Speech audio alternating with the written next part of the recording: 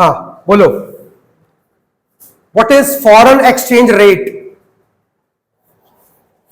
ऐसे मत देखो, हुआ है ये आपको जानना मुझे वही है कि आपको इसके बारे में क्या पता है। फॉरेन एक्सचेंज रेट क्या होता है, याद करो। Rate means what? एक ऐसा स्टैंडर्ड जिसके बेस पर दो कंट्रीज की अलग अलग करेंसीज आपस में एक्सचेंज हो सकते हैं। आपको लगता है कि हमें तमाम जितने भी देश है दुनिया के अंदर सबकी करेंसीज की जरूरत तो है नहीं? Australia, New Zealand, France, Spain, Russia, UK, USA, क्या इन सारी कंट्रीज की करेंसी हमको चाहिए या नहीं चाहिए? नहीं चाहिए? नहीं चाहिए?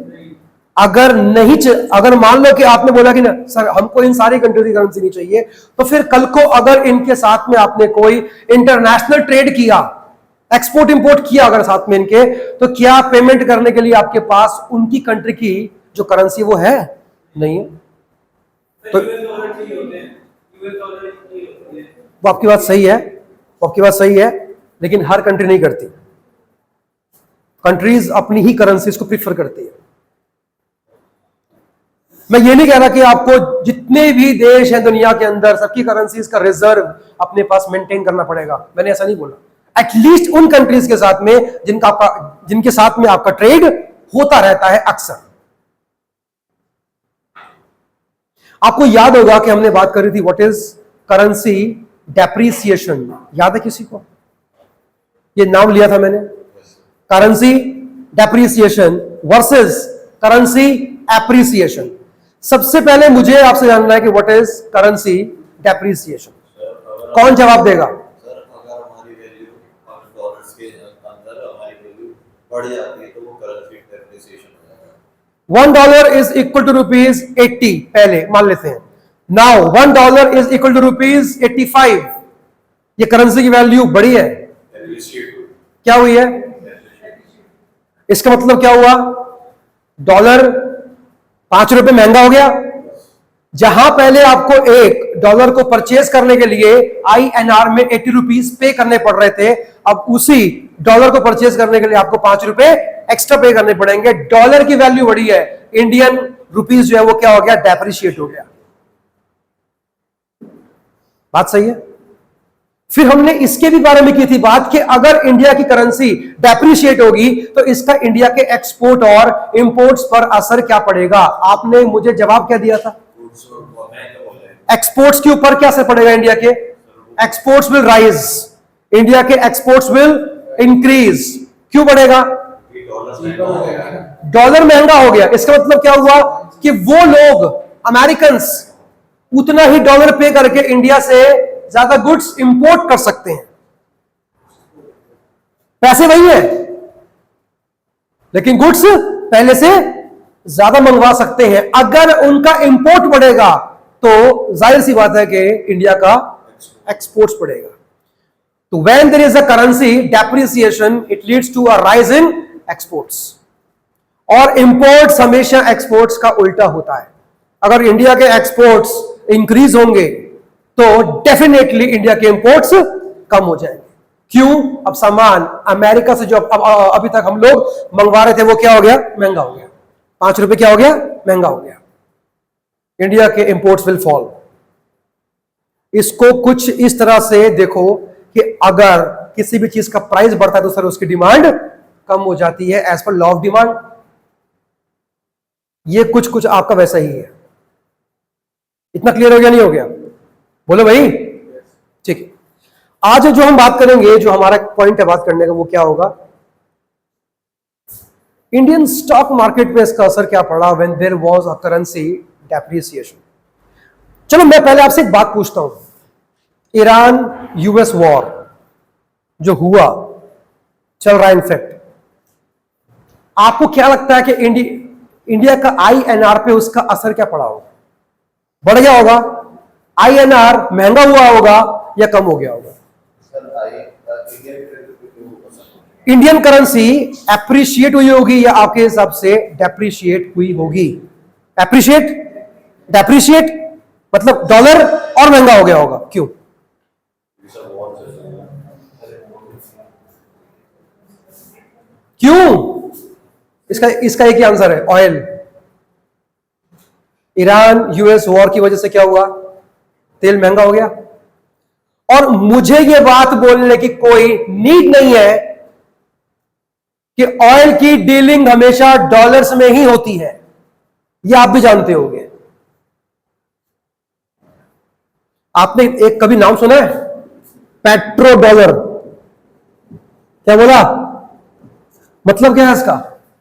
पेट्रोलियम का जब भी लेन देन होगा तो सिर्फ और सिर्फ डॉलर्स में ही होता है। अगर इंडिया का इंपोर्ट तेल के मामले में क्या हो गया? महंगा हो गया। मतलब तेल क्या हो गया? महंगा हो गया। तो क्या मेरा कहने का यह मतलब है कि अब पहले की तुलना में इंडिया को डॉलर्स ज्यादा पे करने पड़ेंगे ताकि वो इंडिया में ऑयल का इंपोर्ट कंटिन्यू रखे? बोलो भाई, तेल क्या हो गया? महंगा हो गया। मतलब क्या महंगे होने का? कि सर पहले की तुलना में अब आपको डॉलर्स और पे करने पड़ेंगे। नहीं, और डॉलर्स और पे करने के लिए आप उसकी डिमांड भी करोगे। इसकी बात कर रहा हूं मैं, डॉलर्स की। अब क्योंकि डॉलर महंगा हो गया है, डिमांड बढ़ गई है उसकी, इसलिए वो क्या हो गया? महंगा हो गया। और डॉलर का महंगा होने का मतलब क्या हुआ? Indian currency has been depreciated. आप में से कितने लोग जानते हो कि आज की डेट में $1 इज इक्वल टू ₹92? कहा वो कुछ टाइम पहले 85 पे था, अब कितना है?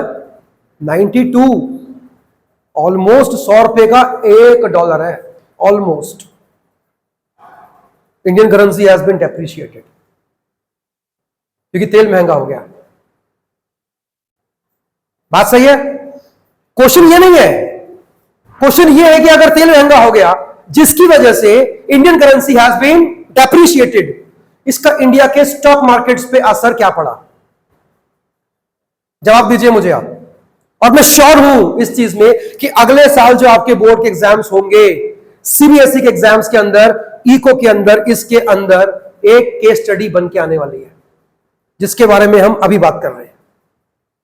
ईरान यूएस वॉर की वजह से फॉरेन एक्सचेंज रेट पे असर क्या पड़ा, इंडियन स्टॉक मार्केट के ऊपर उसका असर क्या पड़ा। आप अक्सर न्यूज देख रहे होंगे और आपने देखा होगा कि जब से ये हुआ है तब से Indian stock market has collapsed. Market गिर गई है। क्यों गिरी? समझो इस चीज को। अगर डॉलर की वैल्यू बढ़ गई, इंडियन करेंसी अगर डेप्रिशिएट हो गई, तो स्टॉक मार्केट गिर क्यों गया? और जितनी बार इंडियन करेंसी डेप्रिशिएट होगी, इंडियन स्टॉक मार्केट गिरेगा ही गिरेगा। इसलिए उसको स्टेबल रखना इंडियन गवर्नमेंट की मजबूरी है ताकि स्टॉक्स के ऊपर उसका असर ना पड़े। मेरा क्वेश्चन यही है आपसे भी कि due to currency depreciation stock markets गिरता क्यों है? तो उससे क्या होता है? उससे क्या होता है? उससे क्या होता है भाई, ये बताओ ना मेरे को। एग्जांपल दे दूं, अप्रॉक्सीमेट दूंगा, एक्चुअल नहीं। देखिएगा ध्यान से। एक अमेरिकन है, कौन है? एक अमेरिकन। क्या आप अमेरिका के अंदर बैठा हुआ आदमी क्या इंडियन स्टॉक मार्केट्स के ऊपर पैसा लगा सकता है? यूएस के अंदर बैठा हुआ आदमी क्या इंडियन स्टॉक मार्केट्स में इन्वेस्टमेंट कर सकता है या नहीं? पक्का? नाम क्या होगा उसका? पोर्टफोलियो इन्वेस्टमेंट कहते हैं उसको। क्या बोलो? फॉरेन पोर्टफोलियो इन्वेस्टमेंट्स कहते हैं। यूएस के अंदर बैठा एक आदमी इंडियन स्टॉक मार्केट्स के ऊपर पैसा लगा सकता है, ये तो आप भी जानते हो। सुनो मेरी बात ध्यान से। जब वो इंडिया के शेयर्स के अंदर पैसा लगाएगा तो आप में से कितने लोग ये बात मानते हो कि सर इंडिया के पास डॉलर्स आएंगे? यूएस के अंदर बैठ के वो इंडियन स्टॉक्स के ऊपर लगा रहा है पैसा, तो जाहिर सी बात है इंडिया के शेयर्स को लेने के लिए वो क्या पे करेगा? इंडिया को डॉलर पे करेगा। आरबीआई के पास क्या आ गया? डॉलर्स आ गए। पक्की बात है? तो अच्छी बात नहीं है ये? अच्छी बात है। देखो उसने क्या करा, उसने 1 मिलियन यूएसडी इंडियन स्टॉक्स में लगा दिए। मींस क्या होता है इसका बताओ? 10 लाख। कितना? यूएसडी। उसने अमेरिका के अंदर बैठ के इंडियन स्टॉक्स के ऊपर 10 लाख डॉलर्स लगा दिए। अब मैं आपसे पूछता हूं कि अगर $1 80 रुपए का है, मैंने क्या बोला? हाइपोथेटिकल है, एक्चुअल नहीं है, अप्रॉक्स है। अगर $1 उस टाइम 80 रुपए का था, तो मुझे बताओ कि वो इंडियन रुपीस में इंडिया की स्टॉक्स पर कितना पैसा लगा चुका? 8 करोड़। 8 करोड़ में शायद इतनी ही जीरो आएंगी मेरे ख्याल से। Unit, tens, 100, 1000, 10,000, lakh, 10 lakh, crore. कितना हो गया? जो जो बातें बता रहा हूं उसको ध्यान रखना एक बार। वो आदमी कहां का है? अमेरिका का। उसने इंडियन स्टॉक्स पे कितने लगाए? $1 मिलियन। तो कितने बनते हैं? 10 लाख डॉलर्स। और अगर $1 80 रुपए का है, तो INR में, इंडियन रुपीस में उसने इन्वेस्टमेंट कितना किया होगा? 8 करोड़ का। यहां तक क्लियर है? अब 2 मिनट के लिए सोचिए कि स्टॉक्स के अंदर, स्टॉक मार्केट के अंदर 10% का उछाल देखा गया। रिटर्न्स कितने? 10%। तो भैया 8 करोड़ का 10% बनता है 80 लाख रुपए। नहीं, देख के बताओ अब उसके स्टॉक्स की वैल्यू कितनी होनी चाहिए? 8 करोड़ 80 लाख रुपए। कितना है ये? 10%। हाँ जी, ये है सीन नंबर 1। अब अगर वो इसको बेचकर वापस डॉलर्स में कन्वर्ट करना चाहे, तो देख के बताओ वो डॉलर कितने अपने देश लेकर जाएगा? 10 लाख डॉलर्स का 10% इंक्रीज हुआ तो कितना हुआ होगा? 1 लाख और बढ़ गया। तो मतलब 1 लाख डॉलर उसको और मिलने चाहिए। तो इन टोटलिटी वो अपने देश 11 लाख डॉलर्स लेकर जाएगा। बढ़िया नहीं हो गया उसके लिए? बट अब सीन चेंज है। करेंसी हो गई डेप्रिशिएट। पहले 80 की थी, अब कितनी हो गई मान लेते हैं? 85 हो गई पर डॉलर। अब 2 मिनट के लिए दिमाग लगाओ, क्या रिटर्न अभी भी उसका 10% ही है? आओ देखें, 8 करोड़ 80 लाख रुपए अपॉन 85 कितना आएगा? ये आएगा करीबन 10,35,000 डॉलर्स। आपको कुछ दिखाई पड़ रहा है? जहां वो पहले अपने देश 11 लाख डॉलर लेकर जा सकता था, करेंसी डेप्रिशिएट होने की वजह से सिर्फ 10,35,000 डॉलर्स, 65,000 डॉलर्स का नुकसान, जिसमें उसकी कोई गलती नहीं है। इंडियन करेंसी क्या हो गई? डेप्रिशिएट हो गई। अब इसको चेंज करते हैं परसेंटेज में। आओ देखें, 35,000 डॉलर्स अपॉन उसका इन्वेस्टमेंट था कितना बोलो? 10 लाख डॉलर्स का, मल्टीप्लाइड बाय कितना? 100। कितना आएगा बोलो रखने के लिए? कितना आना चाहिए? करीबन कुछ 3.5%। नहीं बेटा, देख लो कितना आया? 3.5%। रिटर्न था कितना? उसके हिस्से में कितना आया? ये बाकी 6.5% का चला गया। जब करेंसी क्या हुई? डेप्रिशिएट, तो ये 6.5% जो उसका था प्रॉफिट, वो क्या हो गया? एब्जॉर्ब हो गया। क्या वो इंडियन स्टॉक्स के अंदर पैसा लगाएगा आने वाले कल में? क्यों लगाएगा?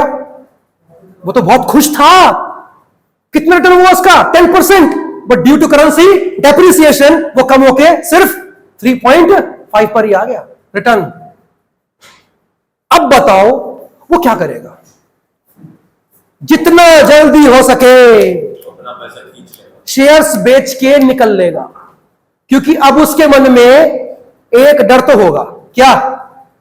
कई करेंसी और ज्यादा डेप्रिशिएट ना हो जाए, और ऐसा हो इससे पहले भैया अच्छा स्टॉक्स बेच के निकल लो। और सुनो मेरी बात ध्यान से, जितनी बार स्टॉक मार्केट्स पे शेयर बिकते हैं, स्टॉक्स का प्राइस गिर जाता है। अब इससे क्या होगा? अब वो शेयर बेच के निकल रहा है, क्या हो रहा है? प्राइस। अब जो हमारे देश के लोग हैं, जिन जिन लोगों ने उस कंपनी के शेयर में लगाए पैसे, अब उनके भी क्या आएगा मन में? प्राइसेस क्या हो रहे हैं? वो भी बेच निकलेंगे, प्राइसेस और कम हो जाएंगे। नहीं हुआ क्लियर? और वो अपना पैसा आप जानते हो कहां जाके लगाएंगे फिर? गोल्ड में। गोल्ड, सोना, क्योंकि वो स्टेबल रहता है। और आपने इसी पर ध्यान दिया होगा, जो अभी वॉर चल रहा है इसके बीच में क्या हुआ? गोल्ड की प्राइसेस बढ़ गए। क्यों बढ़े? लोगों ने स्टॉक से निकाले और वहां लगा दी है, उसकी डिमांड बढ़ गई। ये होता है सर, ऐसा होता है। 85 होने के बाद उसका जो प्रॉफिट का प्राइस गिरा कैसे? इसका प्राइस गिर गया। डॉलर्स में कैसे? ये कहाँ गया? ये वाला ये कितना लिखा हुआ है? चलो इसको मान लो कि अगर ये 80 ही रहता, अब बोलो उसके हिस्से में कितने आते हैं? 0 से 0 कैंसिल हो गया, 11 लाख लेते उसके हिस्से में। लेकिन करेंसी की वैल्यू क्या हो गई? कम हो गई। इंडियन करेंसी क्या हो गया? गिर गया। उससे क्या हुआ? ये तो था आपका फिक्स, लेकिन ये यहां बोलो कितना हो गया? ये हो गया आपका 85। उससे क्या हुआ? उसके हिस्से में कितना आया? 10,35,000। क्या? 10 लाख से और जितना ज्यादा डॉलर्स का वैल्यू और बढ़ेगा, हाउस का इन्वेस्टमेंट और कम हो जाएगा, प्रॉफिट्स। ये क्लियर हुआ? एक बार देख लो फिर से।